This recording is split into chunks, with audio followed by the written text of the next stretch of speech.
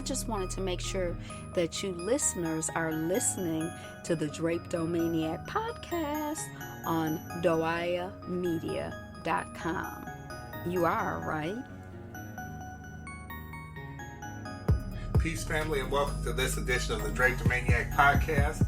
This is Ayapo Yapa, the HDIC. That is the head Drapedomaniac in charge. And I'm here with my lovely wife, Angela. Peace, everybody. And we are here to have conversations on how to get off this plantation. Well, today we're going to talk about the gender war. And just our thoughts on it, our perceptions of it, and so on. So, Angela, I'm actually going to let you start because before we had when I told you that I wanted to do this subject, I was just talking about the fact that you hadn't even really heard a lot about it or so on. But yeah, I think everything I've heard about the gender war is from you. Mm-hmm. And I don't quite feel convinced that there is a gender war.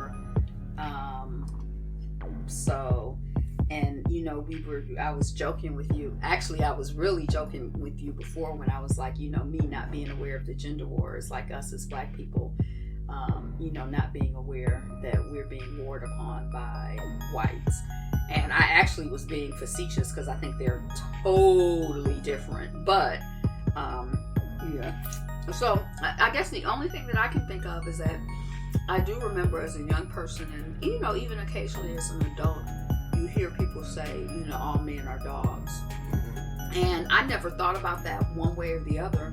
But as an adult who had gotten married at the age of 21 and then divorced 10 years later, and at that point I was starting to consciously date. The first time I got married, I didn't really consciously date.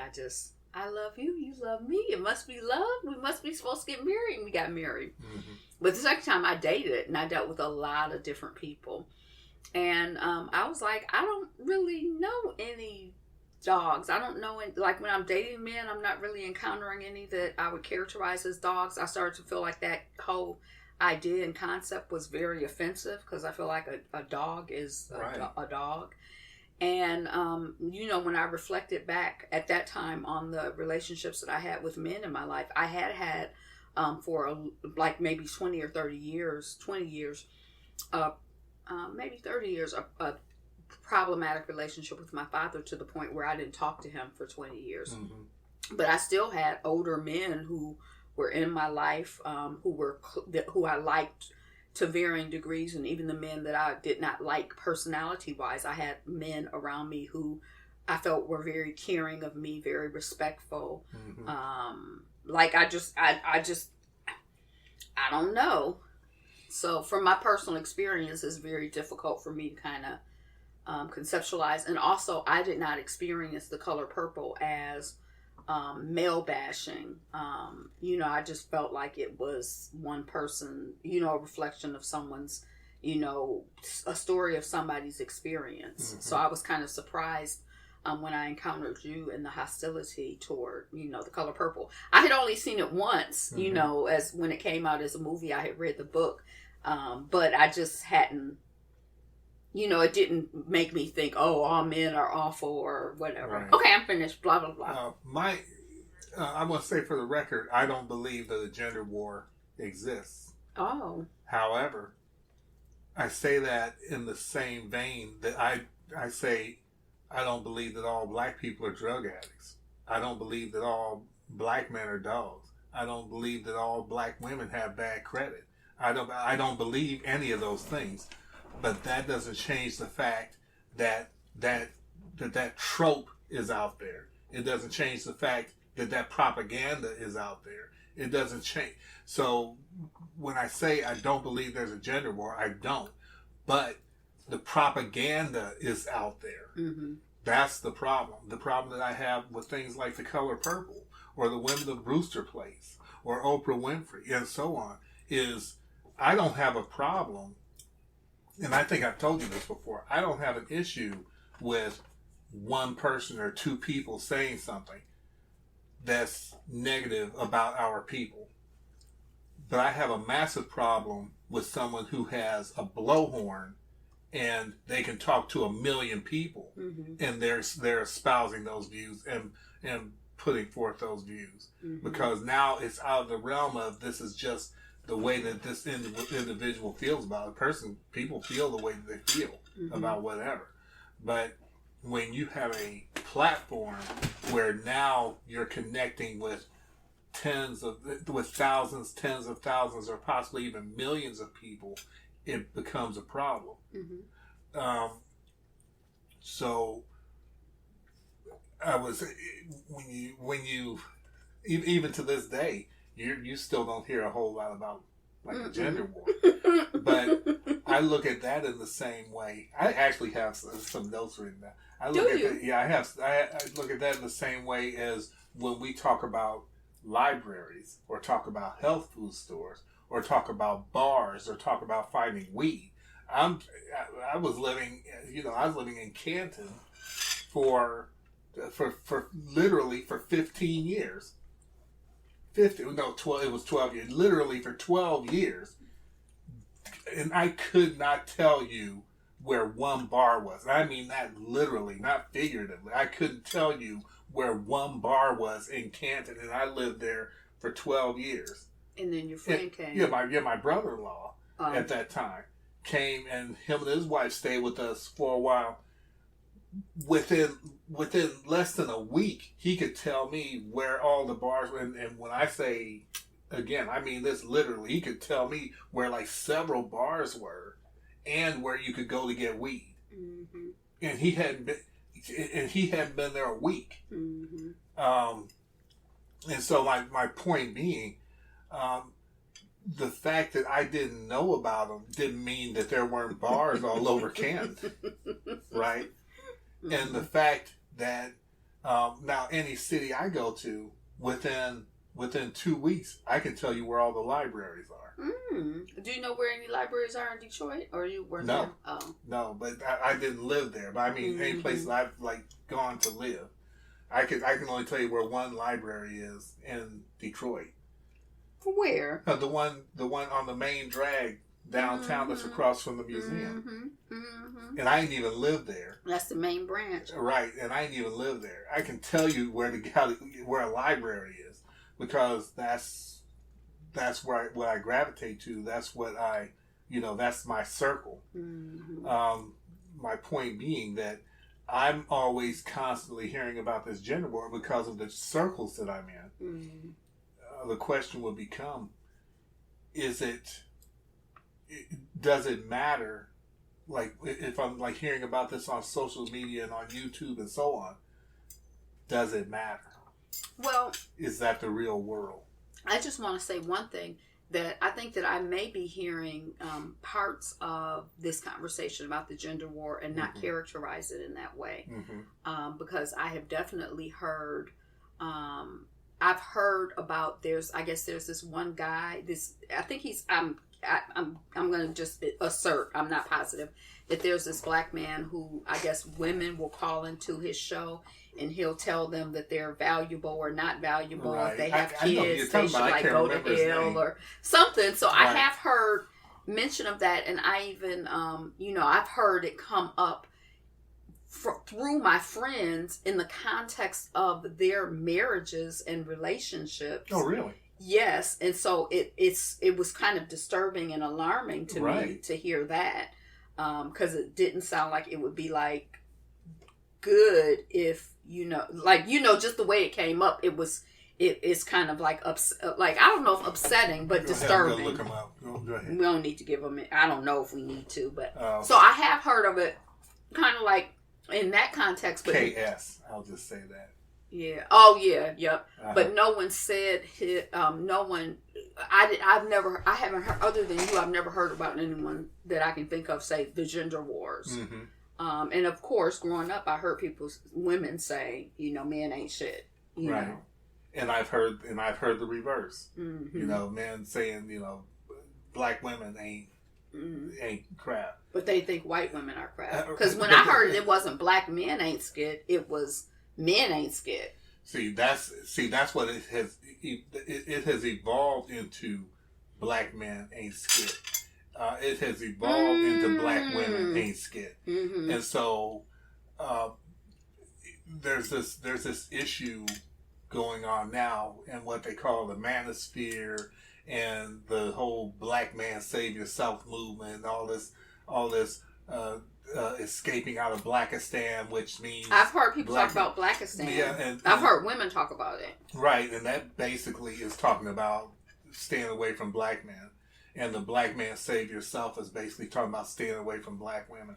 And like I said, I don't believe that the propaganda is true any more than I believe that, like I said, all the negative things that have always been put forth about black people is true, because I know it not to be true. Mm-hmm.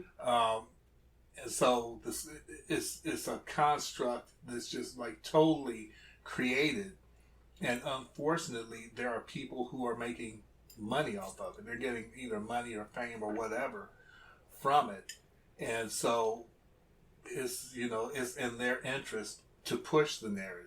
Mm-hmm. Again, the issue with it is that in social media, it's just like it works exactly the same way as politics works. Mm-hmm. If you find a black person who's willing to dog out black people, Fox is going to be ringing their phone off the hook. Mm-hmm. So that they can put them on Fox and give them the biggest platform mm-hmm. possible to put forth this propaganda. Mm-hmm. If you're talking about black pride, black love, educating black people, they will shut you down mm-hmm. as much as possible. Mm-hmm. So it's the same principle. If you're a black woman dogging out black men, or a black man dogging out black women, your phone will start ringing off the hook, mm-hmm. and they will give you a platform to promote that as much as possible, and the money will come rolling in. Mm-hmm. And they say that, yeah, it's windy. Yeah. Is it raining or windy? I don't see any rain, but it's possibly just from the angle I'm sitting at. Excuse me, but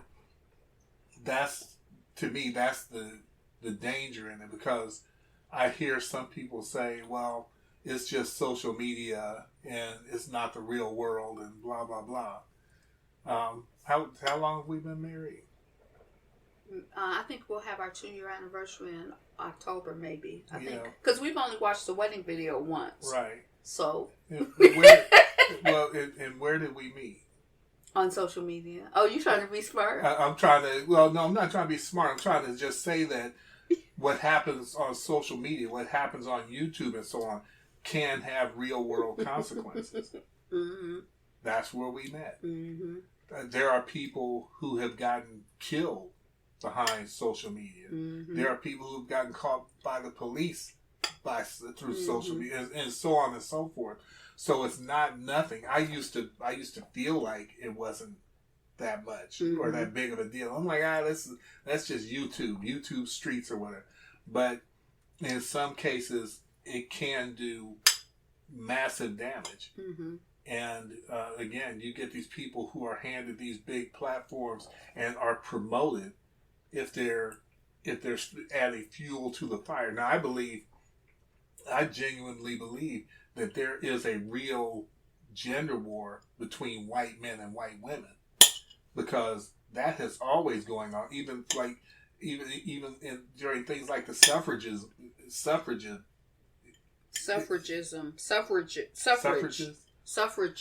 Well, however, I gotta quit drinking. I don't drink, but during that movement, it was all about white women trying to get their rights, and so they have always had. Why is it a war if you're trying to get your rights? Well, what I mean is showing that there has always been actual tension between white women and white men, and it still exists. But they're trying to like drag us into their mess, mm-hmm. as if there's some kind of tension between black men and black women. There might be on different levels and in different things, but it's not like this all-out war where we're just hating on each other and so on. I don't believe that. Now, I do think that, I have some thoughts about like for example, I want to go back to Blackistan, Mm-hmm. because when I have heard women talking about Blackistan, I have two thoughts about it. Blackistan. One, there's this idea that as a black woman, if you are only willing to date black men or marry black men, and yet black men are hardly ever willing to date you, and that's an exaggeration. Mm-hmm. But that black men tend to be more open to dating outside of the race than black women tend to be. If you know, and I think we've even had discussions about whether that's true or not. In my opinion, it is true. In my observation, in my experience, and I think I've seen statistics. And so I think that the conversation, one thread of the conversation that I've heard is that if that is the case, that it is from a negotiation standpoint, from a power standpoint, just from a common sense standpoint, that it doesn't really make sense to be exclusively invested in something and committed to something that is not exclusively invested in and committed to you. Mm-hmm. So I feel like and this may be an unpopular opinion, but I guess I feel like as an individual, just like me, when I was dating, there were a lot of men who found me attractive and wanted to date me. Sure. There were a lot of men who did not find me attractive and did not want to date me. Sure. And the men who did not find me attractive and did not want to date me were not a part of my universe. Mm-hmm. I mean, I'm not saying I would like hate them or not talk to them, right. But in terms of my dating universe, in terms of my dating prospects, I never got in the habit of wanting people who did not want me. Mm-hmm. So if someone was not interested in me, I'm cool. I mean, you know, mm-hmm. And so I kind of feel like I feel like if I am a black woman and it's difficult for me also to understand the idea of not being able to find. I've never dated anyone who wasn't black. I had this one white guy chase me down on the highway 20 years ago, and I talked to him on the phone. But actually, I don't know if I could never mentally even entertain the idea of dating him, because Millard, I kept thinking, like, not my father, but I kept thinking, what will Millard say? Mm-hmm. Like, and it's like when I was talking to him, he wasn't interested. Like he didn't have enough that was positive to overcome the potential negative of my mother's husband, right. Which I didn't think he would beat me or kill me but it was just like, I don't know. It just didn't even seem, yeah. But so so what I'm trying to say is, me personally, because I feel like I've always had a lot of options, I've never felt like I was a desperado.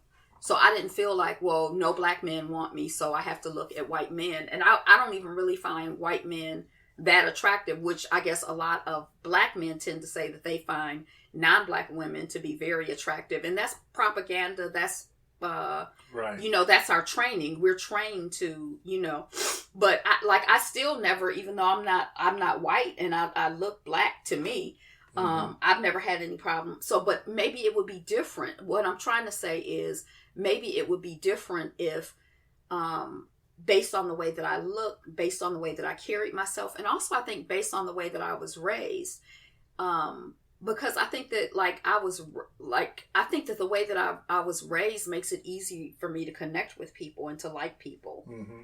And I think that some people, they have a difficult time connecting with people, or like if I have a bad experience with one person, I don't think, oh, you know, like I had a guy grab my thigh the first time he met me. Mm-hmm. I don't think all men are going to grab my thigh. I just thought he did that. You know, but some people, it seems like they go to the way they were raised or something makes them go to like extremes. Right. So maybe if I had that experience, I'd be looking at things differently. I don't know. And see, in my experience, I've seen the opposite. And when I say the opposite, I mean in that I've seen just as many black women who will just easily date white men, mm-hmm. as I've seen black men who will just easily date white women. And here's the key though. It's like you can't prove a negative. Just meaning, if you ask someone, well, who commits the most crime? You'll have a white person who say, well, black people commit the most crime because more black people are in jail. That doesn't mean that more black people commit crime. That just means that more black people get caught and get caught doing whatever whether it's just standing on the freaking street and get thrown in jail. That doesn't automatically mean that they're criminals. My point is that I hear a lot of talk about, see, more black men date white women, or one day white women, or whatever. More black men marry white women, but white men ain't trying to marry a whole bunch of black women. Mm-hmm. They want to get them in bed or whatever, but they ain't about to marry them. Mm-hmm. And so if you look at it, you're going to see more black men married to white women, but that doesn't mean that black women are so closed to white men. Mm-hmm. I was talking to my cousin the other day. She's 47. She was telling me she's dated white men. She likes white men. And I just didn't. I was just like, oh, I mean, I don't. But all of that said, I think that the perception that we're fed is lopsided, because you're always going to find exceptions to the rule. Mm-hmm. I consider black men who chase white women and black women who chase white men to be exceptions to the rule. Mm-hmm. Yeah, they may be out there. Mm-hmm. There may be black men and black women who are LGBTQ, but they're not the rule. If you look at the media, you would think it was the rule. Exactly. That's exactly my point. If you looked at the media, you would think that all black men are gay or down low or chasing after white women. If you looked at the media, mm-hmm. but we know this is not true. And going back to the gender war, subject, that's what's pushed, because it's something that's, once again, detrimental to our people. Mm-hmm. And especially when I think almost everybody's seen Titanic. There's people who haven't seen it. I'm always talking about Titanic and so on. But at the end of the movie, you have the guy played by Billy Zane. I can't remember the name of the actual character, but I remember the name of the actor. But he's chasing after Dawson, which is Leonardo DiCaprio's character. He's chasing after him with a gun to kill him, and the ship's sinking. And I'm like, look at this fool. I'm like, dude, the ship is sinking, and you're running around trying to kill somebody. You're not trying to get your ass to a lifeboat or figure out some way to. You're so focused on this person, and my point being, that's what they're trying to. I feel like that's what is being done to our people, is that we are purposely, our focus is sent to everything except the problem at hand, mm-hmm. which is separating out of this mess. Yeah. I think it's sent to everything except the problem at hand, and I think it's sent to things that will exacerbate the problem. Right. So definitely, I think get a twofer. Yeah, and so I get as for me, I cannot imagine. And I've been married 3 times, mm-hmm. and I've been married to black men 3 times, and I've been married to conscious black men 3 times. Mm-hmm. I can't even imagine being married to a black man who was not conscious.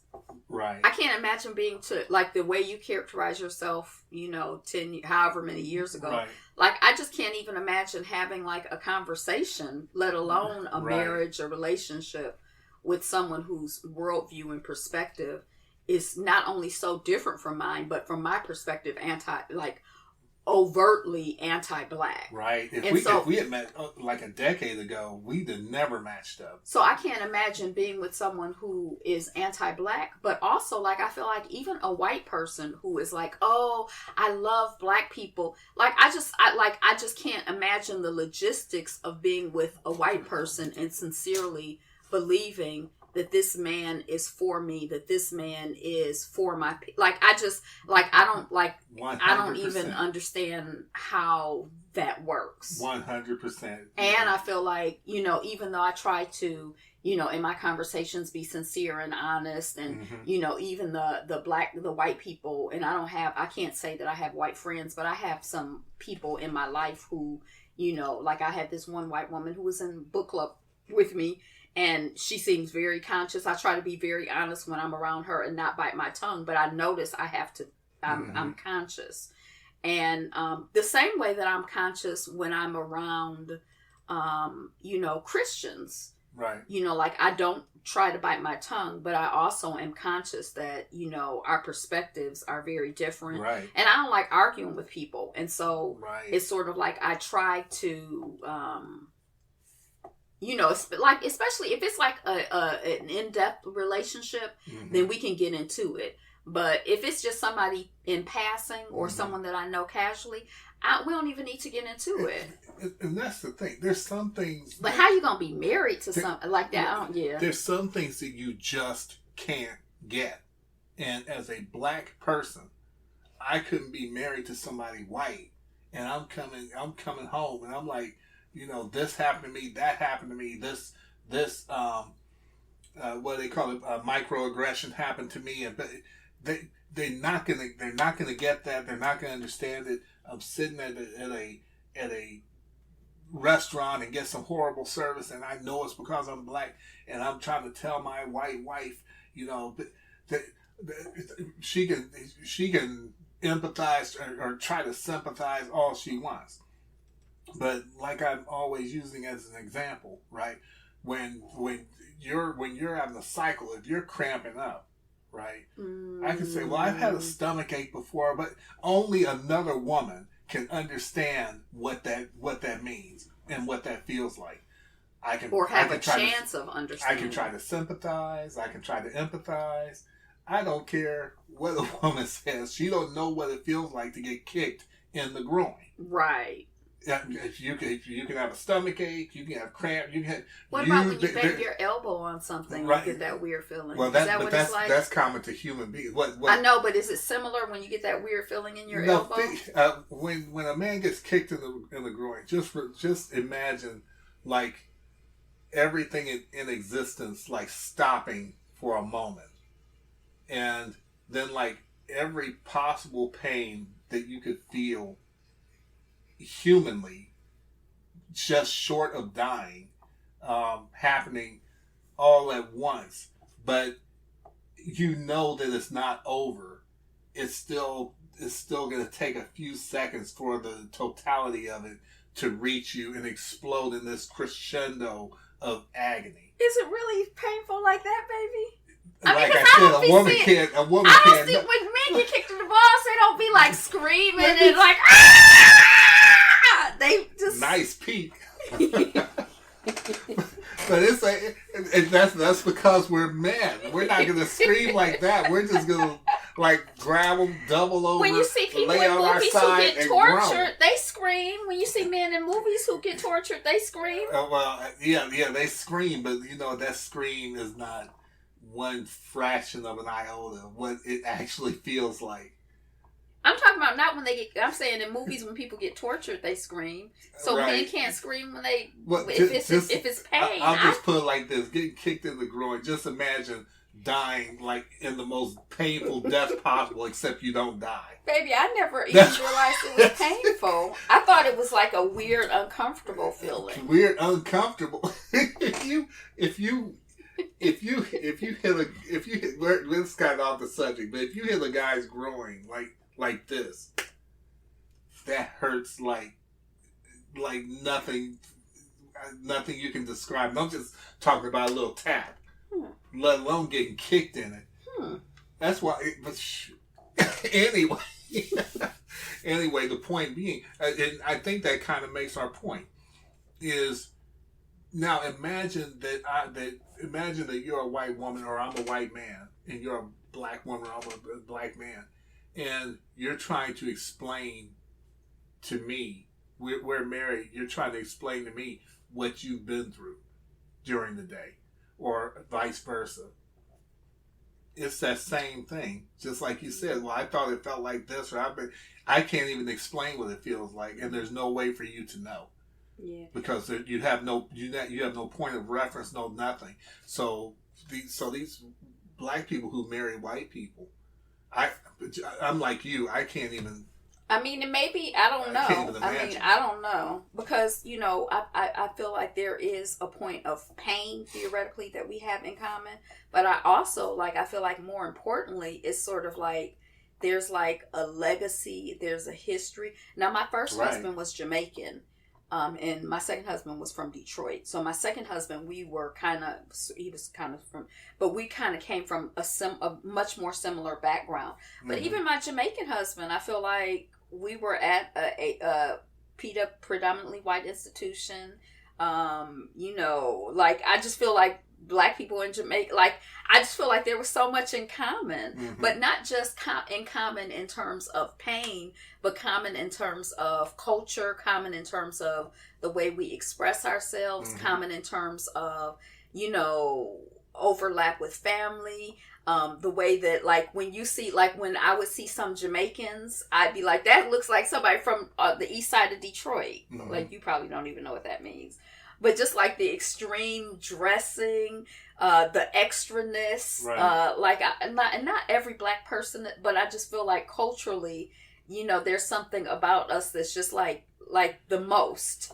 But you know what? And I mean, like, I just feel like the most, like, we're the greatest, the most. As we had discussed before, though, you know, people are different culturally, like, on the continent from country to country.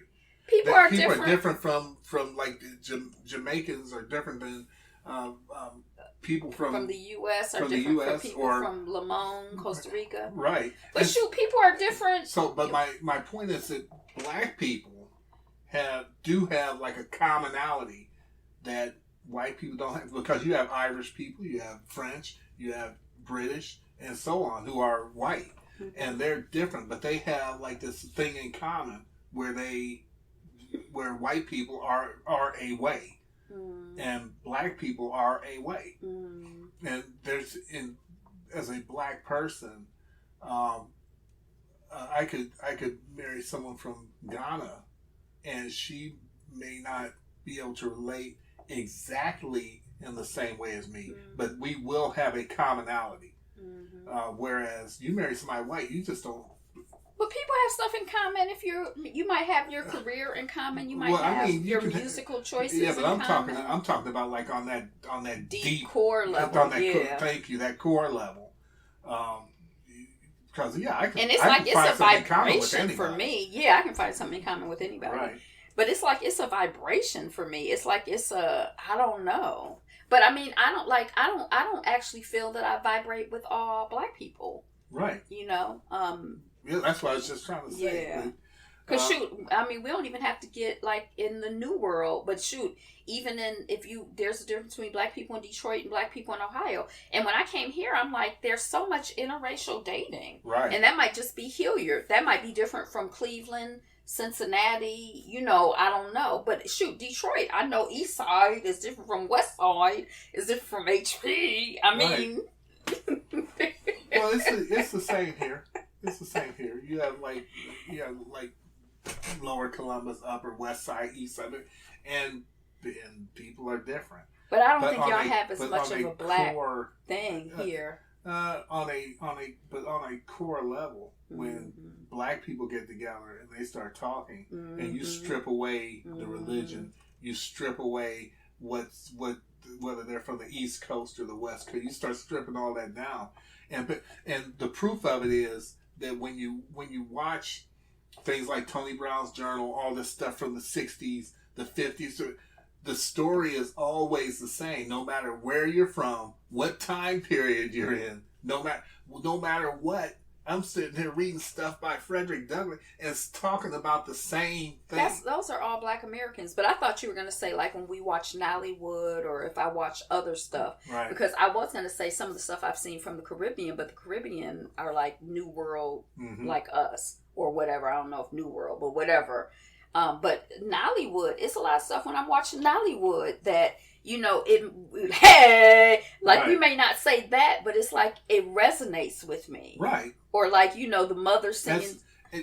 Right, as Black people. And so it's like I recognize it, even though it's not the same. Right. And so this whole and I understand it. It makes sense. Sorry. So that's all right. Getting back to the subject, the whole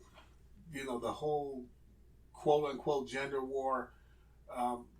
Like I said, it's manufactured, and you nailed it when you talk about the way that they get the twofer by, number one, having our consciousness or our minds diverted, our attention diverted to a whole bunch of stuff.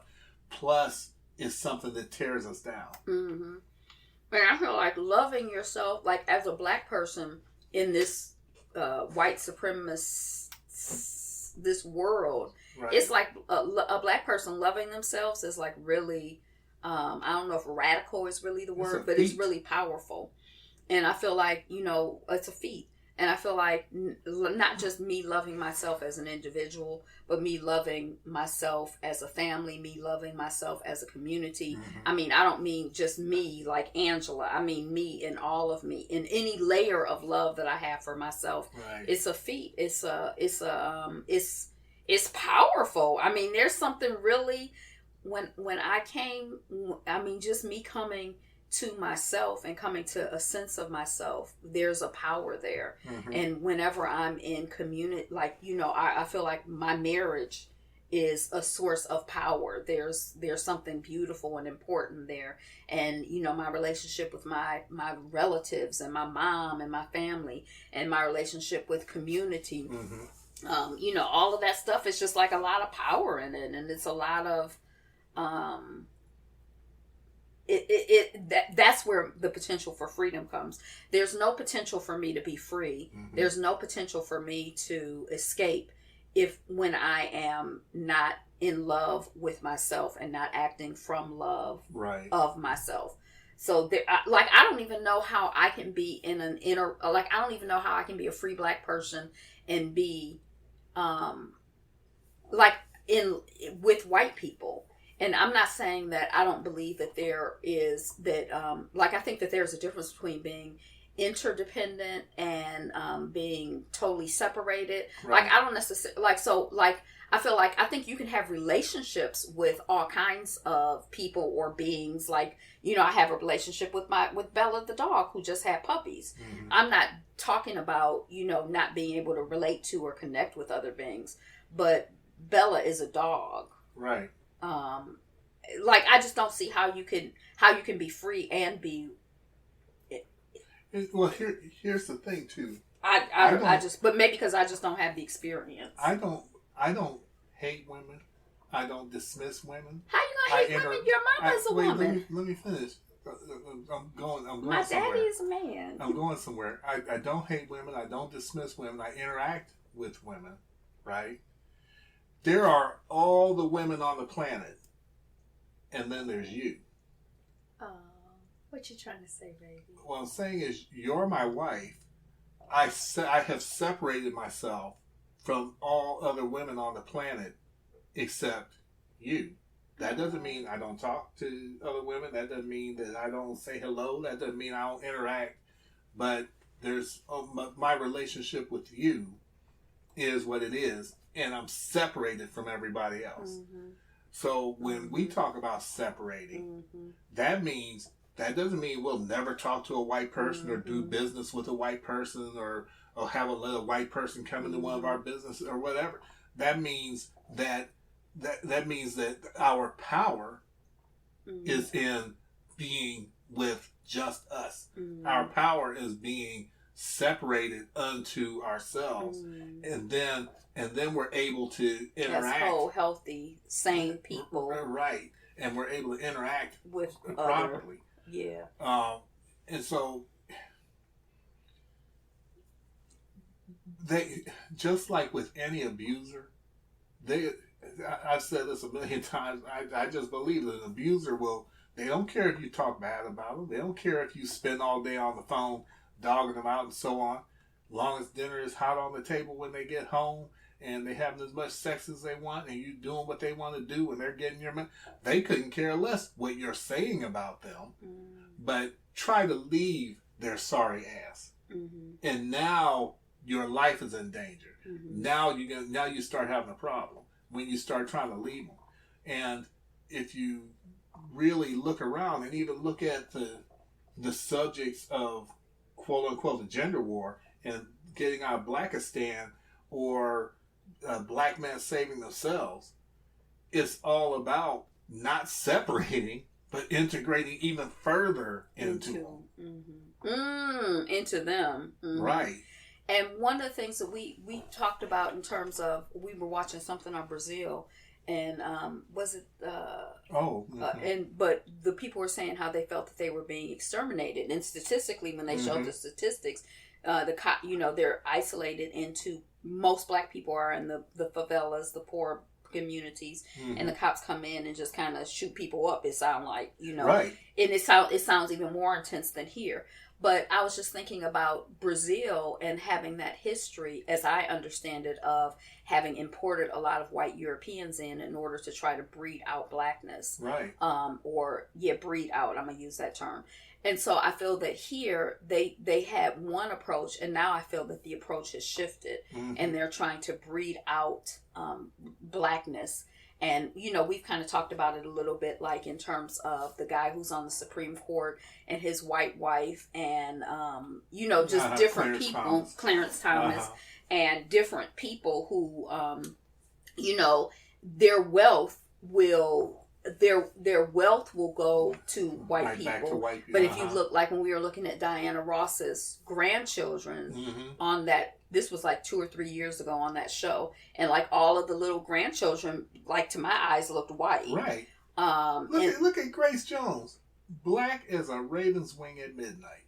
And her grandchildren. And her grandchildren whiter than than Queen Elizabeth. I'm like, what the heck did you do to yourself? And I think that that is part of, the agenda, part of the campaign.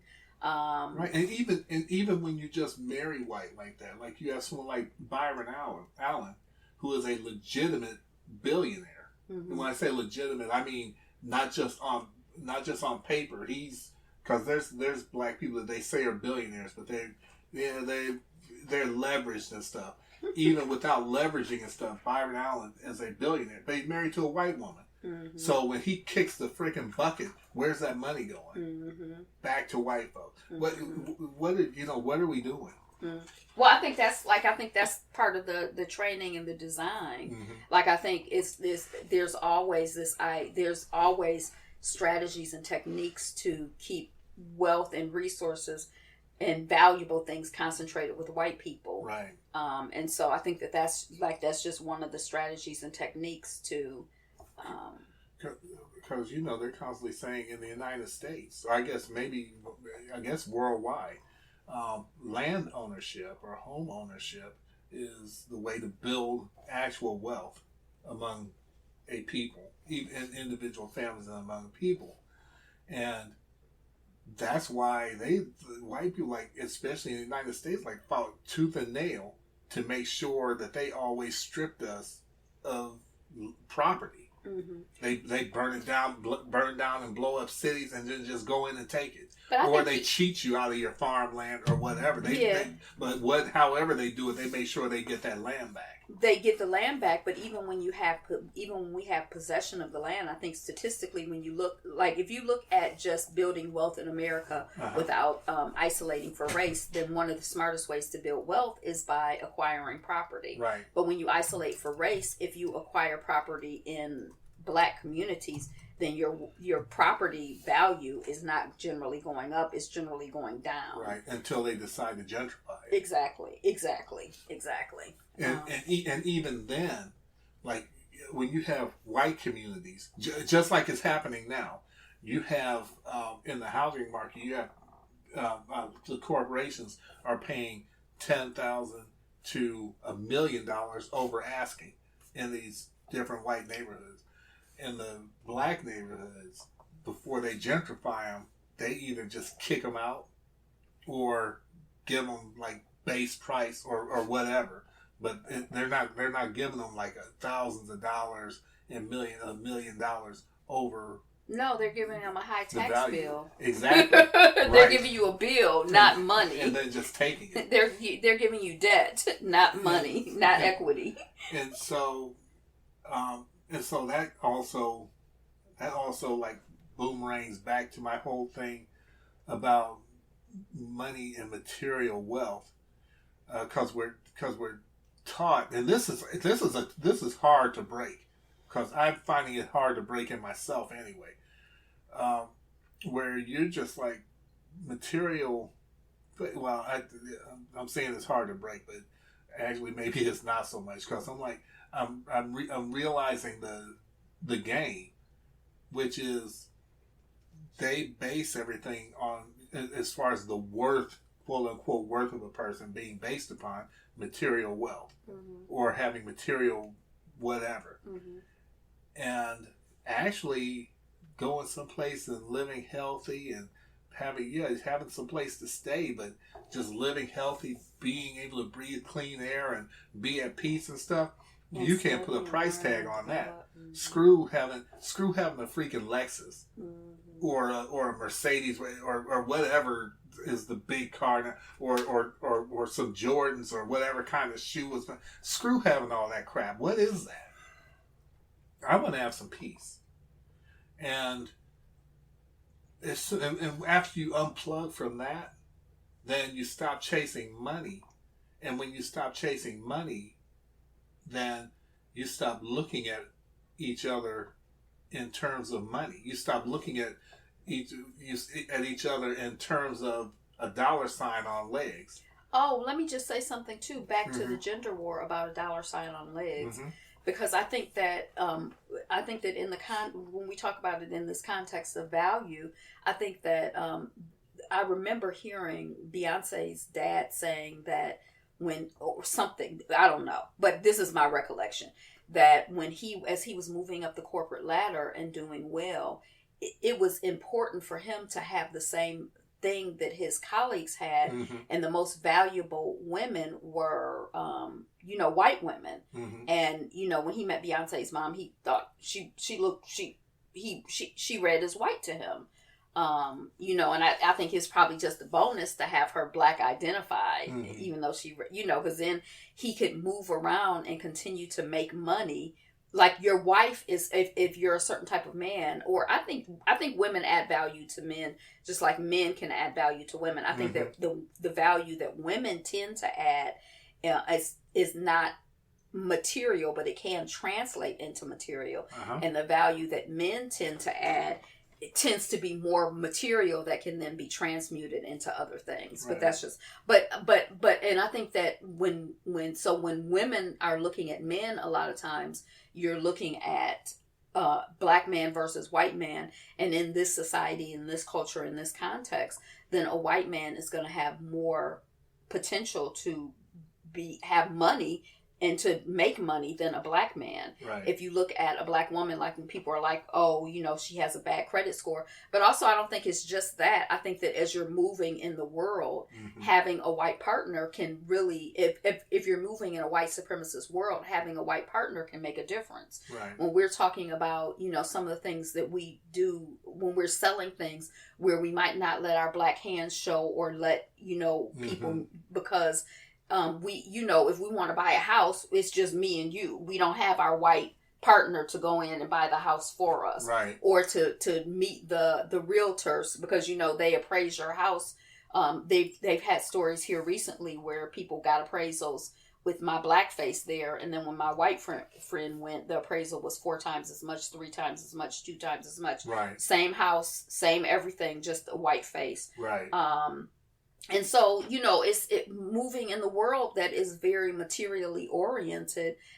There is a value. White people are more valuable than black people. Mm-hmm. And I don't mean According that. to them. Yeah, I know what you mean. Okay, you know what I mean. Mm-hmm. So, I feel like, and so in that sense, I feel like if your worldview, if your orientation is a certain place, if your consciousness is a certain place, then how could I blame you? Just like when we were watching Imitation of Life. Right. I'm like, well, shit, excuse me, well, shoot, the girl look white.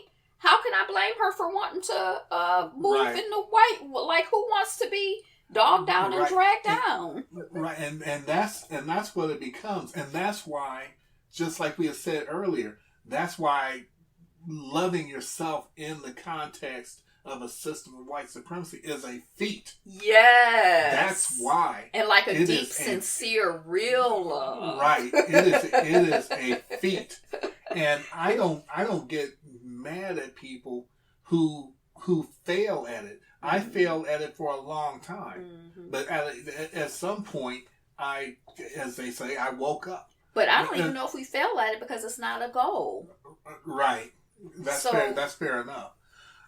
But for many of us, I think what would be more helpful. Well, there are a lot of black people out here who are trying to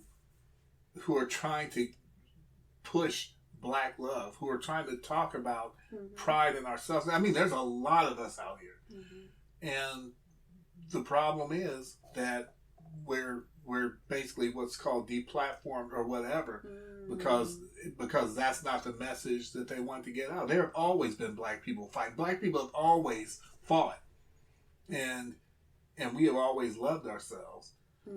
But that is the message that white society seeks to suppress, because they need us. They need us to they need us for their system to work. They need our energy. They need our talent. They need our artistry, our investment. They need creativity. They need us, and they don't want us to separate from them. And so that's why they just keep stoking the fires of this stuff and paying people well to paying black people well to do it. And what happens if, I've been in relationships where I've been cheated on or whatever. Most people have, not everybody, but most, I won't say most, a lot of people have. And so if I'm newly cheated on, right, and then by a black woman, and then I find this channel that's feeding into my hurt and my anger, then I'm going to like grab hold of that, and I need to find me a white woman or an Asian woman or somebody that's going to treat me right, blah blah blah blah blah. And what's happening is you're finding these channels that's speaking to these people's hurt and anger, and black people, black men and black women as a people, we do hurt each other, but we hurt each other because we're in this unnatural freaking situation. Just like we talk about the crabs in a barrel. Well, the natural state of a crab is not a barrel. Why are they in the barrel? Who put them in the barrel? Why are they keeping them in the barrel? I mean, I think just as humans, we hurt each other. But I do think that there's another layer of hurt. Just like we saying, as human beings, you got to deal with death. You got to deal with, what are the sickness? Right. Human beings deal with, the same skit. But then as black people, we have a layer of skit. Right. I feel like in relationships, we hurt each other. That's just the nature of relationships. But then we have another layer of hurt on top of that as black people, I think. Right, and epigenetic problems. But nobody's saying just find an old, just be with any old piece of man just to be with a black man. It doesn't matter if he don't want to go to work and he don't want, just make sure he's black. Nobody's saying that. Nobody's saying that has any sense. Right. And as a matter of fact, ain't nobody following that. And as a matter of fact, black men who love black people and are truly pro-black, that's the last thing we're talking about. We're not like just be with a black man just because he's black, no matter how sorry he is. Black men talk to each other about being better black men, and I don't believe that pro-black women are talking about just be with any old pro-black woman or any old black woman just because she's black, even though she'll cheat on you and blah blah blah. They ain't saying that. They're saying there are good black men and good black women out here there are black men and black women who desire to be good. It might not even, this is going to sound weird, but they might not even know. You don't know what you don't know. It was like me. I didn't know what I didn't know. Mm-hmm. And I had a pro-black man inside me fighting to get out. And he got out, finally. And so... He got free? He got free. He had drapetomaniac. He had drapetomaniac. All right. And so to that degree, we can't give up on each other, because if you take it to its logical end, well, I don't want to be with a black woman because black women are this, that, and the other. I don't want to be with a black man because black men are this, that, and the other. So what I'm going to do is run to the people who oppressed our people, caused us to be in this mess, continue to oppress us and terrorize us, and continue to do all manner of wickedness against us, and have zero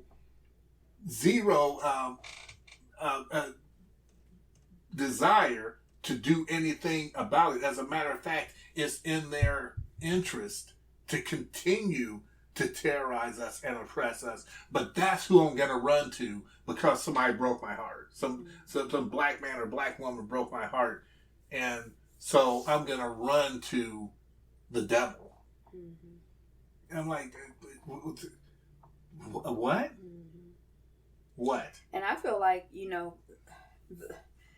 not on like, so okay, so I feel like the best thing that we can do for ourselves as mm-hmm. individuals, as families, as communities, is to continue to begin to elevate the work that we're doing on ourselves. Mm-hmm. So when I am growing and developing, then my vibration is going to be attracting and connecting with people who are also interested in growth and development, who are also working on growing and developing, who also have a certain type of consciousness. Mm-hmm. And like, I feel like as couples, as families, as communities, that work that we're doing on ourselves to love each other, to grow ourselves, to increase our wisdom, to increase our knowledge, to increase our connection with God. Like, I feel like these are the things that, grow us individually and as a community, and have us in alignment with truth and with God, mm-hmm. God, good, all of that. So I feel like, as opposed to, when we're in pain, kind of just living in the pain, I feel like there is, there's a space and a time for pain. Of course, that's part of, our experience. Mm-hmm. But there's, so much work or so much opportunity for growth that we have as individuals, as couples, mm-hmm. I feel like, just like when you were saying earlier about, there's only one me. Mm-hmm. What were you saying, baby? That was so sweet. But what it got me thinking about is there's every other woman on the planet, and then there's you. And that's just how I see it. But what that got me thinking about is that you can have as many mother figures and as many father figures as you want, but there's only one mother and mm-hmm. there's only one father. Right. And, some of us, for whatever reason, we may not have that relationship, but there's no other relationship that replaces it. Now, as someone who has had 3 husbands, I feel like there's a difference between a husband and a boyfriend, mm-hmm. and there's a difference between a friend and a husband. There are different types of relationships, and I feel like marriage is a particular type of relationship, right. And it's a special type of relationship, just like being a father or being a mother and being a child is a special type of relationship. Mm-hmm. There was something I was reading. I don't know if it exactly relates, but it came up. But about how in Arabic, I think there are like 10 or 12 different words for friendship. We had talked about that a little bit with Greek. Uh-huh. And that you have a friend that you would eat with versus a friend you just see on the street and say hello. Like the words for ice. Ice, right. For snow or whatever. Right. But just the idea that in that culture, there's an awareness and an attunement to relationships such that there are a lot of different ways of expressing the closeness of your relationship with people. Mm-hmm. But I think that there's something, because some people will say, well, I've been with my partner for 20 years, so it's the same as being married. And I personally don't believe that. Mm-hmm. I don't believe that marriage is the same as being living together with someone. Right, and I don't even think marriage in terms of you have to go to the United States of America and like whatever it is in your society that constitutes in a marriage, I don't. Because back in the day, you could jump over a broom, and it was considered, you're in front of witnesses and so on, and that's considered binding. Mm-hmm. Mm-hmm. But I think there's some threshold that we have to cross. There is a threshold in our brain that's different from being married and being just in relationship. Right. I'm going to say this. I think this is probably the last thing I had to say about it as I'm thinking about it. You might say something that opens my mind even more to, but if you listen to people, if you listen to like the people who push the quote unquote gender war, black men and black women who push the gender war, if you really listen, I've listened to a few of them. I don't listen to a lot of it, but they talk about, they're always talking about material, this and material that, broke ass and black women with bad credit and so on. When I think about you, I think about our value systems. Mm-hmm. We don't see eye to eye on everything. Mm-hmm. That's for darn sure. Mm-hmm. But our value systems match up. Mm-hmm. Our respect and love and honor of each other match up. Mm-hmm. And it's not, I seldom, I'm sure that it might go on, but I think it probably goes on more among pro-black people, where you talk about, when you're talking about finding your mate or finding your soul mate or whatever, it's more about matching up your value systems, matching up with character and so on. And one and like if you had like a list from 1 to 10, 10 being at the bottom, 8, 9, or 10 might have to do with materialism. Mm. And everything else is about spirituality, about like I said, about goals, where you want to be, and so on. When I was getting ready to say something. I'm not going to give it away. Is it a gift? No, oh. But well, your birthday is coming up. But had I not met you, there's a lot of things that I wouldn't even be considering doing possibly that I'm doing now. Mm. And it's because our values matched up and our goals matched up, or I adjusted some of my goals and didn't mind doing it, and so on. And these are the things that I don't hear talked about. Baby, how much time have we been talking? We've been talking about an hour. Oh, because I wanted, there's more kind of that I wanted to say, but I don't. No, please go on. No, this is a whole can of worms. But this is a good conversation, though. Well, I guess I was just, one thing is just keep going. When I dated the second time after my first marriage, and when I was dating, I think I had set a goal to go on 300 dates, because I started to realize that it's not just a matter of going on one date, because I wanted to be married. So it's not just a matter of going on one date. It's a matter of, like with the golf swing, they say you don't just hit the ball, you hit past the ball and through the ball. And that's that swing that, it's part of the energetic flow. So when I had that goal of dating and going on dates, I used to keep a notebook, and it evolved over time. But I had kind of started to pay attention to how, like, I would evaluate the different people that I was dating, and I was dating a lot of people, and in order to keep track of different people and you know, who was who, and my conversations with different people. I had a notebook where I would, like, after I came back from a date, I would like take notes and I would evaluate the person. And over time, at first I would be afraid. When I first started dating, I was afraid that I would end up being with someone who was not a good match for me. But when I started using my system and figuring out what my values were, it, and fine tuning them as I went forward, like, I don't, like, money is not a big value for me, but generosity is. And I remember coming back from being out with this guy who had a bunch of money, but like his spirit, he was just stingy. Like, it was something in his spirit, and he spent money on me, but he was just stingy to me. He didn't have a generous spirit, and so a generous spirit ended up being one of those things that was on my list. That wasn't on my list before. But I used to have a list of, you know, different things that were important to me. And then each date I would evaluate and give them a number. Right. And 9 times out of 10, the people that I didn't like, they were lower in the rankings than the people that I did like. But it still raised anxiety for me that I might end up being with someone who wasn't a good match. Now, when we dated, when we met, I was not dating. Right. And when we started dating, it just kind of came out of nowhere.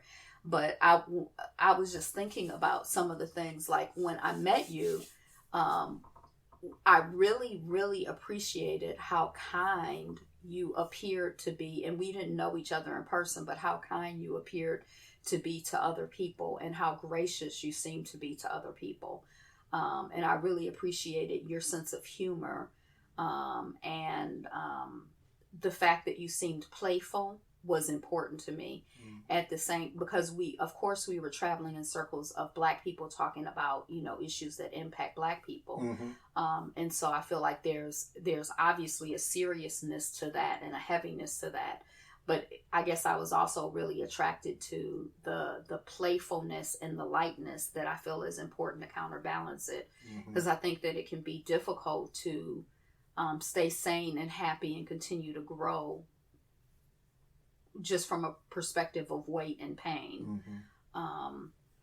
So I guess I was just trying to think about the things that attracted me to you as a person in terms of, like, my value system. I definitely feel like you were a person who seemed interested and open to growth and development, and that's something that's really important to me. I like that. When I saw your writing, I was like, oh my God, I don't know. That was just like a thing for me, because I love artists. I love creativity, you know, so, you know, your writing kind of got me.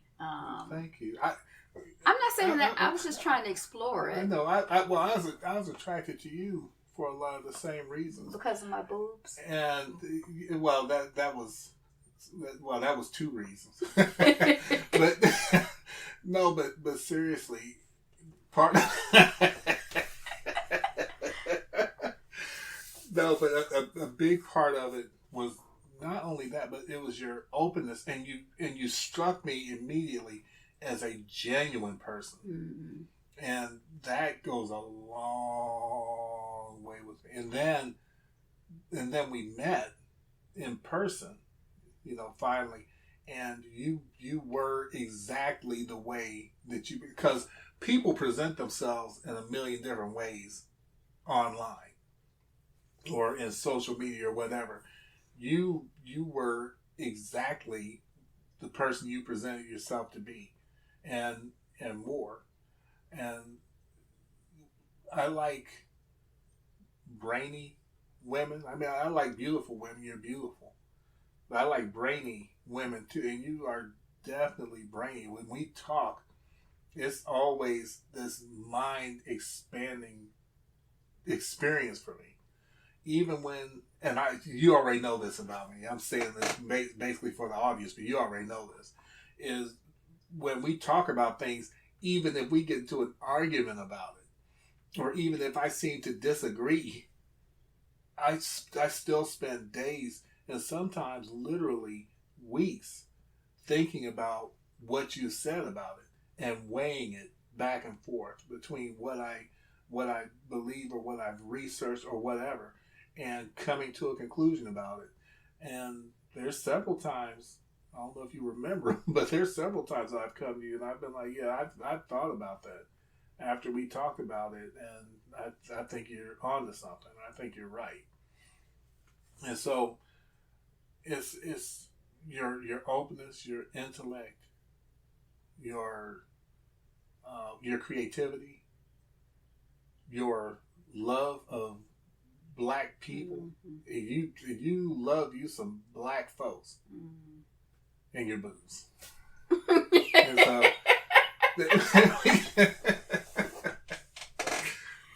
yeah.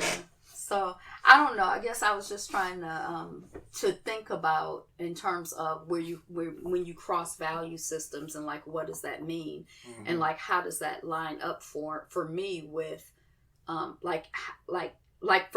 guess one of the things that's on my list is like, you know, like a love of black people. I don't know if a love of black people is really on my list, but it's sort of like a consciousness and a desire to be of service. And so I don't know.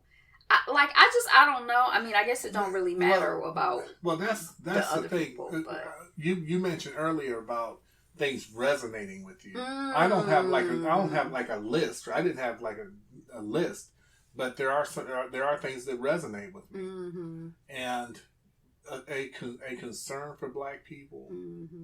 I call it love for black people, being genuine and open and flexible in views. I mean, there's I think everybody has some stuff that they are just, that's the hill that they're willing to die on. But then at the same time, I consider myself to be very open-minded. I think, there's some things that I actually have my mind closed to, and I know that it's closed. But in general, I would say I'm like 80 to 90% open-minded, where even if I'm disagreeing with someone, I still will go over it in my mind to make sure that I'm on the right side of it. Because you know how I am about foundational premises. You know, if your foundational premise is off, then anything that comes from it is going to be off, if not more so. So I like to try to make sure as much as possible that I'm thinking right fundamentally about a thing. So yeah. And it's just been a wonderful, I was nervous. I mean, I don't know if this is like the culture or gender war, but I guess this is the other side of it. But I mean, I definitely was concerned having met you. And when I was like, oh my gosh, I think I like this guy. And I remember somebody else who is a person who I also met on YouTube, and we ended up meeting in person as well. We were on the phone, and I said to her, I think I like Ayafo. And she said, yeah, I mean. What's not to like? No, that's not what she said. No, I can't remember exactly what she said. But she said something like, I feel like she said something about, well, he's in love with you too. And I'm like, wait a second, I didn't say I was in love. And what you mean he in love with me too? And then she's like, well, look at these long comments he leaves you. And I'm like, girl, he leave long comments for everybody. He just be on these YouTube comments writing books all the time. But when I realized that, I was kind of like very uncomfortable because there was no frame of reference. I didn't know you or any of your people, and I didn't know anybody who knew you. And that kind of freaked me out. And that was kind of, I just hadn't had that experience before. But this may be helpful to the audience though. When you met me and after knowing me, am I the way that I present myself to Yeah. You? Yeah. And you are exactly who you present yourself when I to first me. met you, remember I took a picture of your driver's license? Yeah. And you were offended by that, weren't you? Yeah, well, I wasn't offended that you did it. I was offended by a society in which you have to do that. Oh. That's what bothered me. Just like when I'm doing something with the bank or I can't get into my own email or whatever, and I have to jump through all these hoops, I get really mad at criminals. I'm not upset with the bank or whoever's trying to, confirm my identity. I'm mad at the system that makes it so that I have to jump through these hoops. So yeah, I wasn't offended that you did that, I was offended that that we live in a world where you have to do that. But doing that, I felt was a wise thing to do. You know me from an apple tree. Well, I feel like I kind of knew you, but I just but you didn't. I didn't have anything to match. It was like we had been talking for a while, and I knew who I knew on the phone. Right, but the thing is, you had just met me. You didn't In really person, know me in person. Yeah. Like I said, people all the time. You hear of people who like go back and forth online for years, and then they meet. And it's a catfish or what? Is that what it is? Catfish? On Murder TV, you be watching these people who are married and then they be killing each other and plotting to kill each other and all kinds of stuff. I mean, you can't. People. You never know. That's the point I'm getting at is that I met you, and you were exactly the way you presented yourself. That's how I seemed when you met me, and that's the way you seem now. Right. That's the way you are now, and vice versa. I'm just who I am. Yeah. And I just said all that because like people who watch our videos or hear us talk or whatever, they're like, well, how we know that they're really like that? I'm telling you, Angela is like that. Well, it don't. I mean, you can't. Like you gotta know. So, but after you took the picture of my license and stuff, I did notice like $300 missing from my account like 2 days later, and I never. I'm just kidding. You are so silly. You are really silly. So I was trying to think of something I could have said I bought with it, but I couldn't think. I'm not as quick as you are in that way. I'm not as clever. But it was all good, and when. As far as all these people who give all this dating advice and all that stuff, when we got together, neither of us was looking for anybody. Mm-hmm. But I've had a successful marriage, even though some people would think, well, I've gotten divorced, so it can't be successful. But I had a successful marriage following all of my dating advice that I give to other people. Right. So, I'm just saying at the time that we found each other, I was absolutely I absolutely was not looking. Yeah. I told you I was in negotiations with. See, you were looking because you were in negotiations. Yeah, I explained that whole thing to you. It was just. It wasn't. But that even meant really you were still looking. See, you remind me of this other Libra I know, and this person would always be like, "Oh, I don't need a partner, or I'm gonna have 7 partners. Each one will feel different." And I'm like Libra, please. 7. Libra, Okay, please. no, You all Libras. I always seem to be looking for somebody talking about they ain't looking for nobody. Because that's your, but anyway. But I wasn't looking for anybody. Yeah. And so But now we're married. Oh, I thought you were gonna say now I am looking for someone. So if anybody out there is looking, I'm available. Only one per customer. I'm good.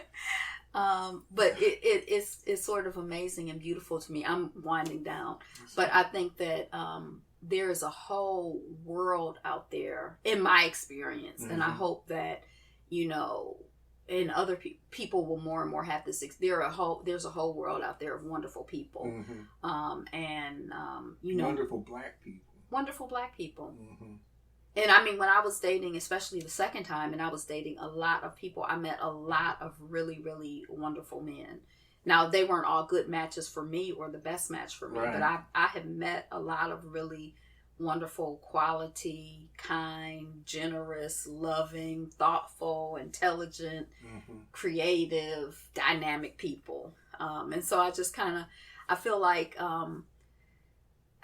I don't know if people are looking or dating or, in relationship, I encourage you to just be open and receptive to, good matches for you and good situations for your growth and development. And be patient, but also as you're being patient, for me, while you're married, when you're not married, when you're dating, when you're not dating, there's always so much work to do on yourself. Right. So many opportunities. Absolutely. And so many things. And I don't mean just work as in drudgery, but like the other day when you were like, you got your guitar and you were like really happy about that. And then you've been listening to music.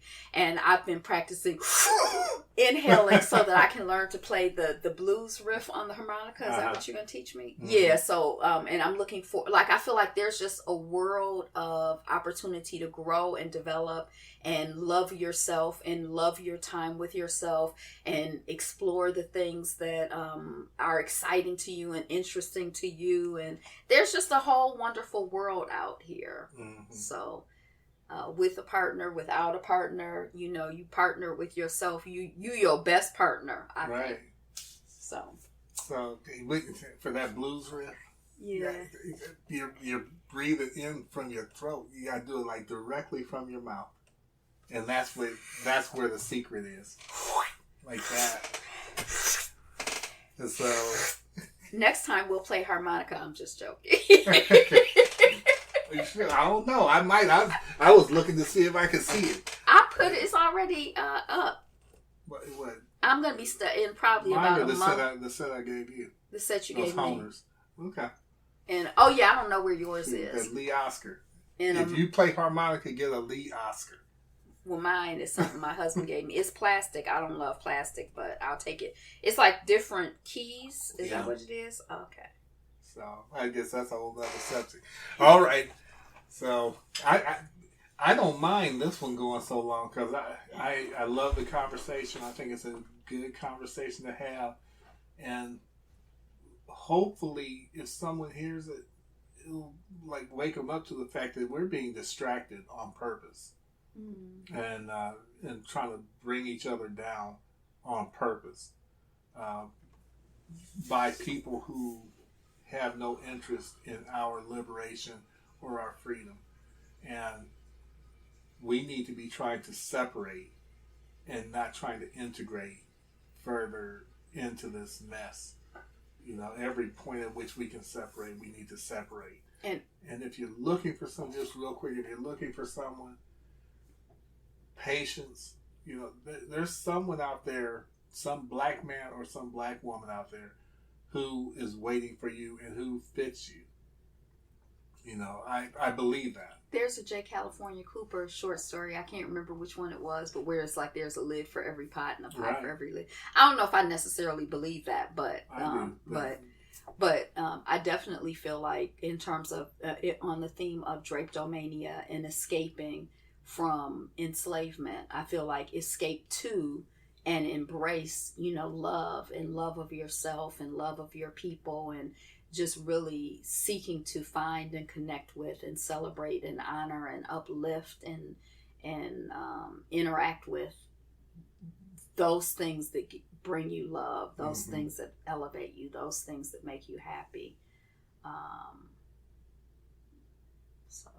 Okay, I agree. So I guess that's it. And I love. Me too. Yeah.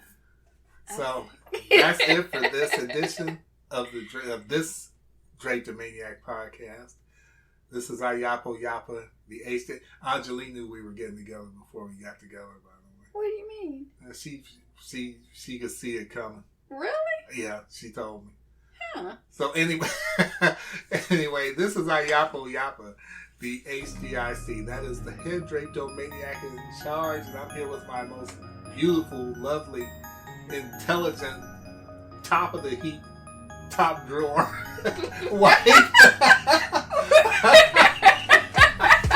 What did he say? You are something on that. What's that TV show?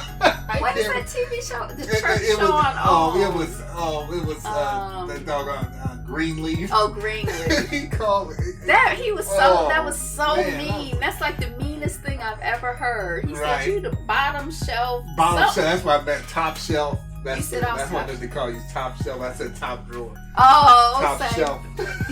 Yeah, let me be on the shelf instead of the drawer, so I can be free. Wife Angela. Peace, y'all. I love you. Wishing you peace and blessings, sanity, safety, and security through separation. And until next week at the same time, we will see you On the run. Run. You know, I forgot to say that last week. I was trying to remember how to say it, and couldn't remember to say it. We said something like "catch you later," something like that. It was some mess. But we'll see you on the run. Peace. Peace. And thank you again for listening to the Drapetomaniac podcast. Tune in next week at doiamedia.com. DOEAIAMEDIA.com. And again, we'll catch you on the run. Peace.